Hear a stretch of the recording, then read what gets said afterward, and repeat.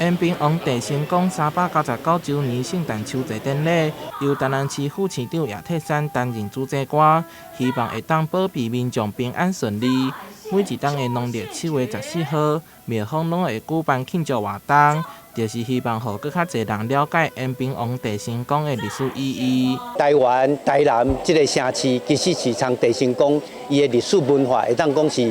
结合做伙。所以咱台南市有足侪学校团体，拢叫成功国小、成功大学，也是新公路，也是讲延平街等等。所以咱这个城市其实是从地成宫会当讲伊的历史文化结合了非常的密切。在典礼完满了后，庙方同时举行成功400百事成功启动仪式，由在场的贵宾共同为活动裂开序幕。活动内容包含灯会、新民绕境、市集、演唱会等各式成功嘉年华的活动，让人相当期待。明年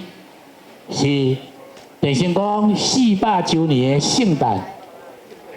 加上是台南400年，咱政府甲民间呢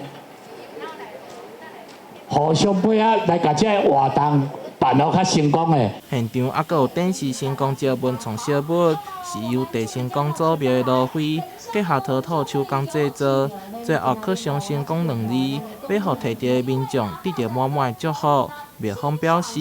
希望借着文化推展，凸显地成宫是台湾重要历史资产，同时也要互台南市百当更加有意义。台南新闻讯采访报道。